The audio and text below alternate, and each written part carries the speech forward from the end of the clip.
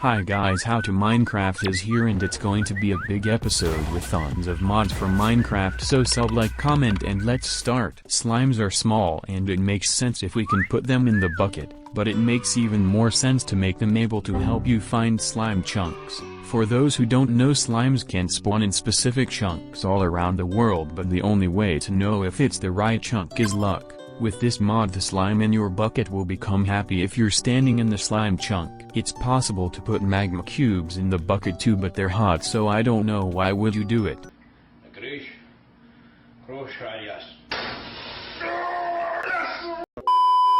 Sand, dirt and gravel can be turned into its pile variants. If you think that it's stupid, then you're wrong, because we can craft layered blocks with these piles. That's basically snow layers but with different blocks. Notice that sand and gravel has more layers than dirt. Waffles food adds a lot of food-related items and most of them are placeable. Marshmallows, waffle, chocolate heart, pizza, chocolate bars which can be placed like this to make them long and eat in parts, coffee, some breakfast and tasty desserts, even cookies, even hamburgers are here. What else do you want? Sushi?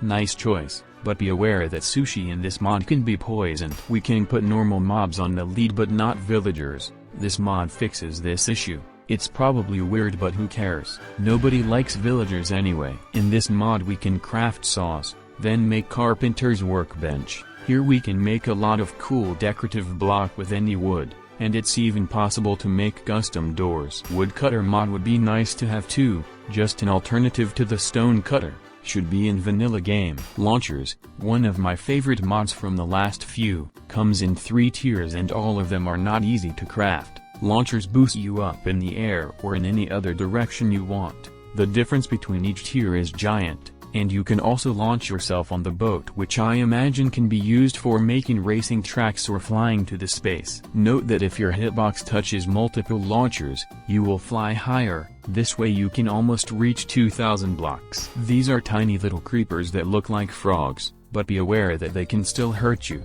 Cute little mod. We have armor trims and armor for animals. Why not combine these two systems? This next mod lets you apply trims on the wolf armor and on any horse armor too. As you can see, it looks pretty beautiful on this dog. My color choice for horse's armor wasn't that great, so I've made another one with dyed leather armor. If you played Portal 2 before, you will like this mod, and if you haven't, then go do it. It's one of the best games of all time. It adds craftable laser sources. You can turn them on with the lever and now you have a platform to stand on it. To make it smaller, you can block it with any block or give it a weak redstone signal. Mobs trapped in this block won't die, so don't be scared. Now let's move into Minecraft 1.21 Tricky Trials update mods, and there's already a lot of them. I wasn't trying this minecart for no reason, because there's a mod that adds tons of new cool looking minecarts to the game. So far you can't craft them, but it's probably going to be changed. In Minecraft we have normal torches, soul torches and redstone torches, but what about 300 more? Not a joke. This mod adds torches that you can craft from basically any block in the game. For example, you can even craft an amethyst torch. There's a lot of backpack mods, but this one is pretty simple and interesting as it only adds an ender pack. This is your typical backpack, but linked to your ender chest and can be opened from the inventory. In the trial chambers you can get the keys for the vaults, but vaults can only be opened once per player. It sucks, I know. That's why this new mod was created. You can craft a new tool which looks like a blue mace, but actually it can reset your vaults until it breaks. Its durability is not great, so the mod is well balanced. An episode without a mod with new biomes is a bad episode. So here it is. Good moment to leave a comment and let me know that you watched until this mod. I will answer to everyone who does it. This next mod adds the most beautiful night sky I have ever seen. So many cool colors, yet it doesn't look out of place. The night lighting has also been changed to assist the skybox, but it isn't really noticeable. My favorite part of the sky is this orange nebula. This mod is also compatible with complementary shader pack. Everyone knows how to craft an enchanting table, but what about disenchanting table that has a similar recipe? Looks close to the normal one too, but what I especially like about it is how it looks when we open it. Just amazing. Now let me show you how it works. We need to grab an enchanted item and put it in the new table with the book next to it.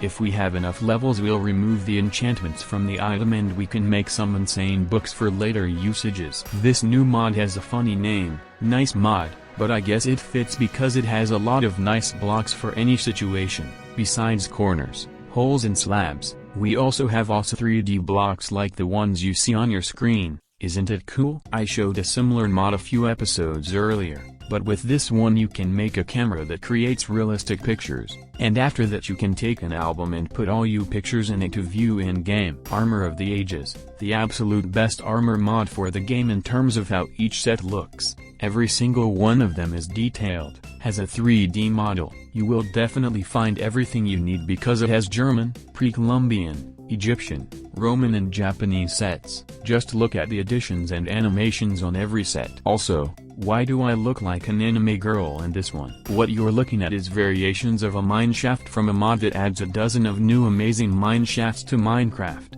Each one of them is unique, both in terms of visuals and gameplay features. This one even has a redstone elevator so you can learn how it works and build it in your house. Also it already uses the new 1.21 mobs and blocks. The creator is fast. I think most of us at least once tried to fly on Elytra only to realize that it's not even on you. This is why this next mod exists. Some people might call it bad balance, but who cares, it's a sandbox game. One of the simplest health indicators just displays the percentage of mobs' health above them.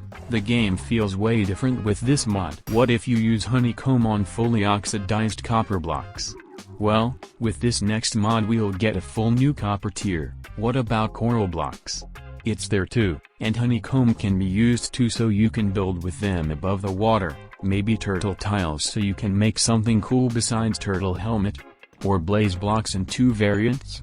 There's a lot of stuff here and it's better for you to look for yourself. Mod with tons of paintings. I covered it in a previous episode but it got updated so feels like I should put it here too. You might think this one is a cheat too, but this mod makes every ore glow. All the ores have different light level too. And to end the episode on something cool, let's jump in the end. Just kidding, we have a few more left before that. For example, this new way of getting resources by breaking ore piles. Besides that you can find minerals just laying on the ground, and not even only in the overworld, but in the nether dimension too. Whoever finds the netherite pile might be the happiest man in the world. In this chest I have 2 skulk horn. This is how you can craft them, and both of them are amazing.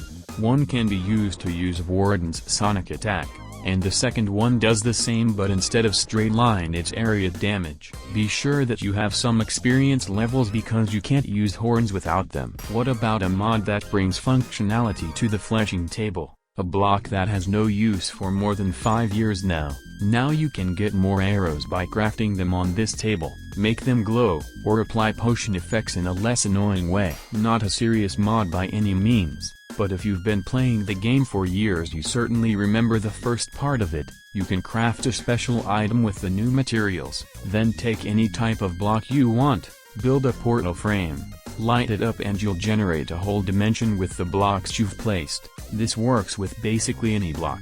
Just make sure to not crash your game. Wait, is something wrong with me? No, it's totally okay. The next mod just makes every player and every type of entities flat. Kinda funny to look at these 2D flat models. And if fleshing table mod wasn't enough for you, here's a whole mod dedicated to adding new bows and arrows. Some of the bows are weaker or stronger, and some of the arrows have new abilities. For example, you can blow up the territory with the TNT arrows or craft the arrows that can teleport you on the place where the arrow lands. Well, it's time to move to the end. The end has changed, huh? The Nullscape mod adds the long-awaited end update. The end now has biomes and much more diversity, verticality, atmosphere and everything else. It has so many variety I won't be able to show it all in one video. But what I can show is an overhaul of the enchantment system. This mod is pretty much perfect fit for any RPG mod pack. You'll still need to place bookshelf blocks around the enchanting table, but now you don't need to roll the enchantments. You can just click on anything you want and upgrade the enchantments to the highest level. Works even with the mace, but of course you can't apply 2 contradicting enchantments, so no cheating. You'll ask me, what was the point of me doing this last showcase in the end dimension? Maybe the point was in the friends we've made along the way.